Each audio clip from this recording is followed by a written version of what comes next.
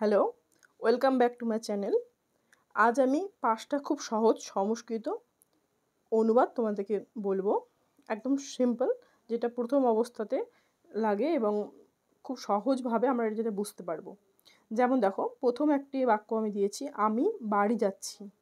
এখানে গম ধাতু দিয়ে করতে বলা হয়েছে, মানে যাওয়াটা গম ধাতু। এটাকে সংস্কৃত ট্রান্সলেশন করলে হবে অহং গৃহং গচ্ছামি।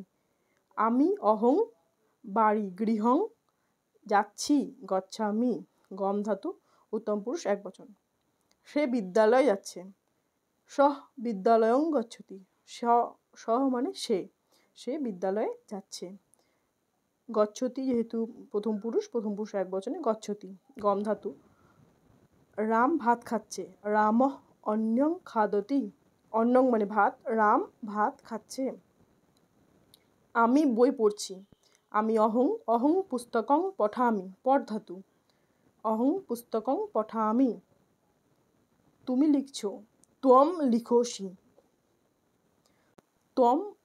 ত্বম অর্থ হচ্ছে তুমি, আর লিখছোটা হচ্ছে লিখ ধাতু।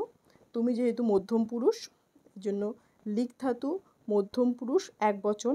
তুমি যেহেতু একজন, ওই জন্য একবচনে লিখ ধাতু মধ্যম পুরুষ একবচন হবে লিখোসি। তোমরা এই ট্রান্সলেশনগুলো দেখো। আমি এরপরে আরও সংস্কৃত থেকে বাংলা থেকে সংস্কৃত ট্রান্সলেশন দেবো। ভালো লাগলে ভিডিওটি লাইক করো, চ্যানেলটি সাবস্ক্রাইব করো।